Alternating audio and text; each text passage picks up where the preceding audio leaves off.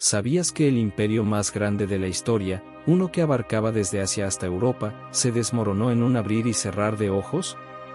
¿Cómo fue posible que los temidos mongoles, los conquistadores del mundo, cayeran tan rápidamente? Este es un relato épico sobre traiciones, guerras devastadoras, y un imperio que creyó que su poder nunca terminaría. Hoy exploraremos la historia de la caída del Imperio Mongol, el imperio que conquistó más territorios en menos tiempo que cualquier otra civilización. Desde los días gloriosos de Genghis Khan, hasta el inesperado colapso de su vasta red de territorios. ¿Qué ocurrió? La historia del Imperio Mongol está llena de luchas internas, errores fatales y decisiones cuestionables. ¿Cómo una máquina de guerra tan eficiente se desmoronó? ¿Qué errores fatales hicieron que un imperio invencible fuera derrotado por su propio poder? Hoy vamos a desentrañar cada uno de esos misterios y ver cómo la ambición, la traición y el descontrol llevaron a la caída de los conquistadores del mundo. A lo largo de este viaje, veremos los momentos decisivos, las figuras clave y las causas profundas de su ruina. Si te gusta la historia y quieres saber más sobre civilizaciones antiguas, no olvides suscribirte y activar la campanita para no perderte ninguno de nuestros videos. Para entender la caída del Imperio Mongol, debemos comenzar con su ascenso meteórico. En el siglo XII, Genghis Khan, conocido en ese entonces como Temujin, estaba destinado a un futuro incierto.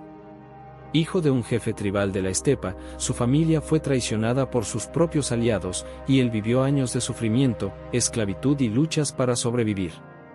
Sin embargo, algo en su espíritu nunca se quebró. Genghis Khan poseía una visión audaz: unificar a las dispersas tribus mongolas y formar un imperio. Para esto, no solo necesitaba liderazgo, sino también un entendimiento profundo de la guerra y la política. Genghis Khan no era simplemente un líder militar, sino un estratega brillante. Su habilidad para adaptarse al campo de batalla, su dominio del uso de la caballería ligera y su comprensión del poder de la psicología en la guerra lo hicieron sobresalir.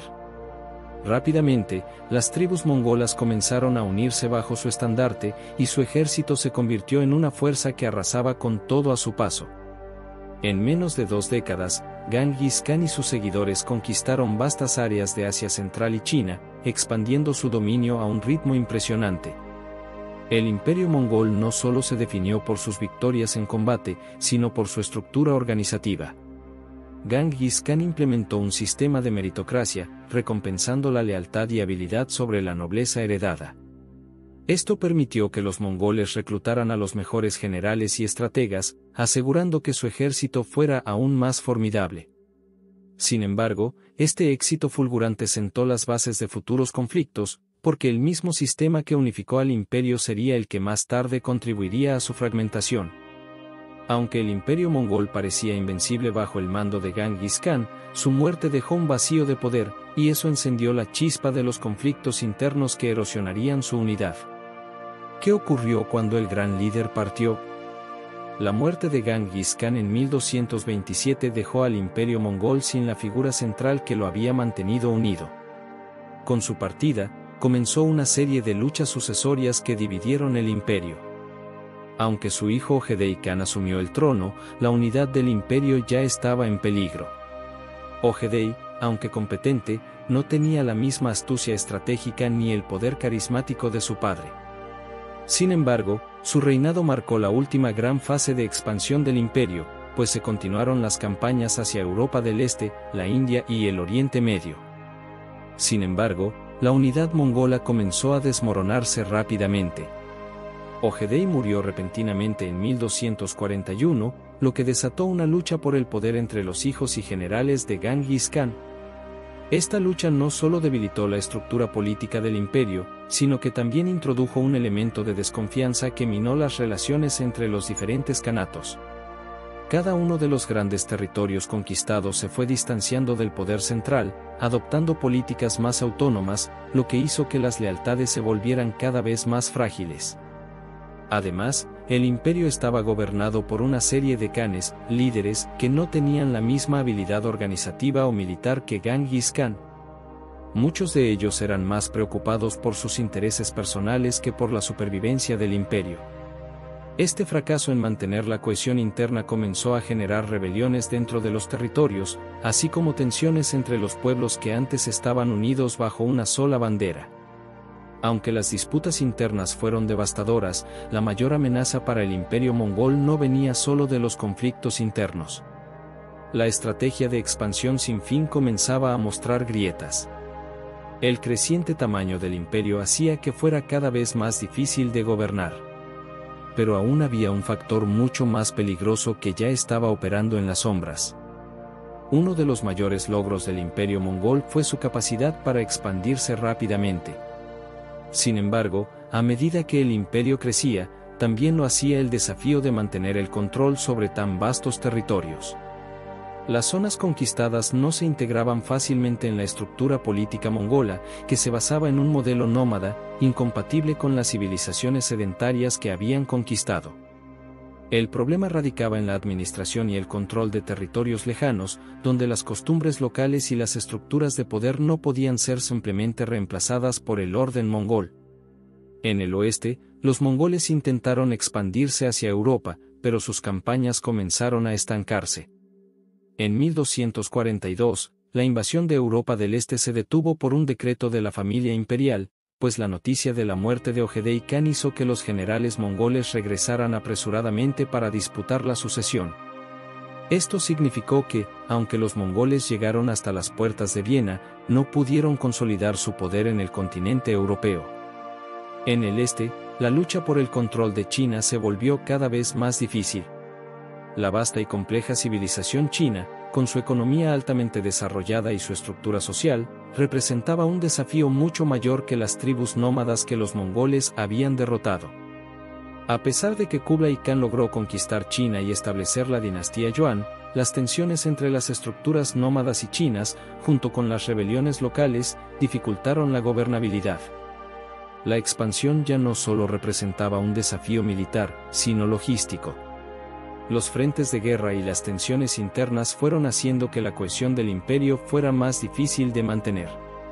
La lucha por el poder y la insostenibilidad del crecimiento territorial fueron los preámbulos de una era de fragmentación, donde el imperio comenzó a desmoronarse desde dentro.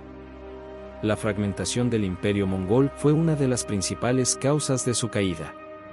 En el siglo XIV, el imperio ya estaba dividido en varios kanatos que operaban de forma más o menos independiente.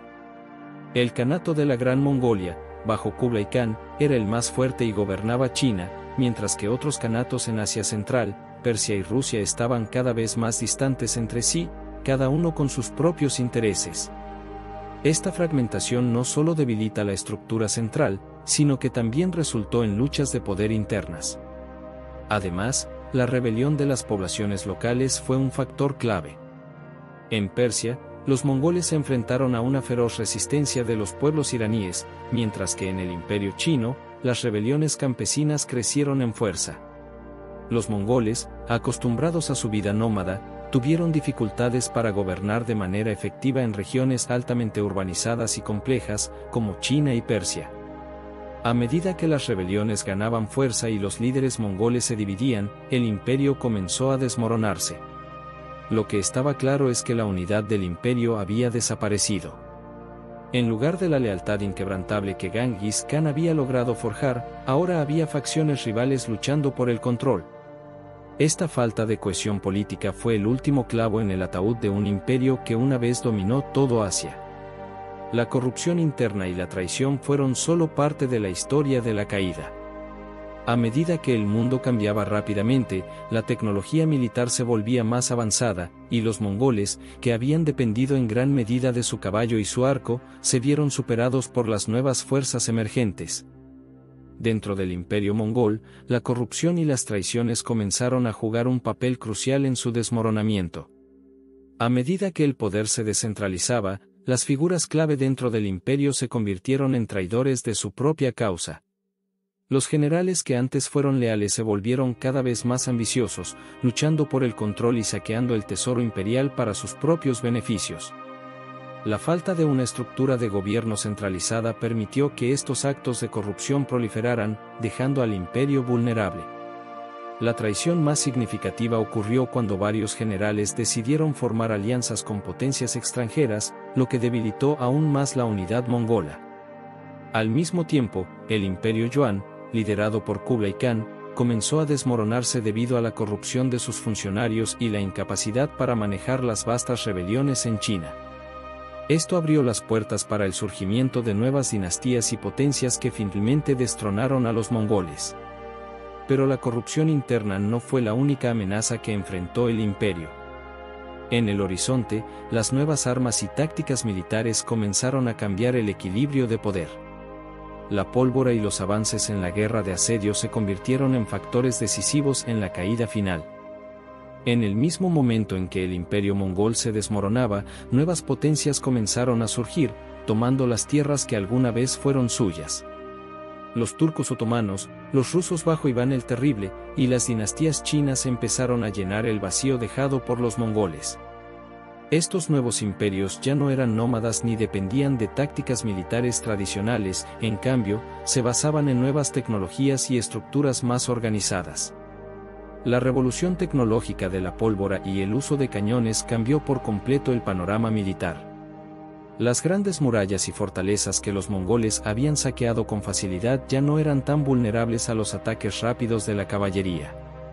Los nuevos imperios se adaptaron rápidamente a estas innovaciones, mientras que los mongoles, atrapados en sus viejas tácticas, quedaron atrás. Por último, el Imperio Otomano, al sur, y el Reino de Rusia al norte, jugaron un papel clave en la caída de los restos del Imperio mongol. Mientras tanto, en China, las dinastías Min y Qing recuperaban su independencia, y en Persia, el Imperio Safávida se levantaba para reemplazar el vacío dejado por los mongoles. La caída del Imperio mongol es un recordatorio de cómo incluso los imperios más poderosos pueden ser vulnerables a las fallas internas y los cambios externos. Un imperio construido sobre el terror y la guerra puede llegar a colapsar por sus propios excesos y la incapacidad para adaptarse a un mundo que cambia rápidamente. Si te ha fascinado esta historia épica de gloria y caída, no olvides darle like y suscribirte para más contenido sobre los eventos que cambiaron el mundo. ¿Te gustaría conocer más sobre otros grandes imperios caídos? Deja un comentario y comparte este video con tus amigos para que todos puedan conocer la verdad detrás de los conquistadores del mundo. Nos vemos en el próximo video.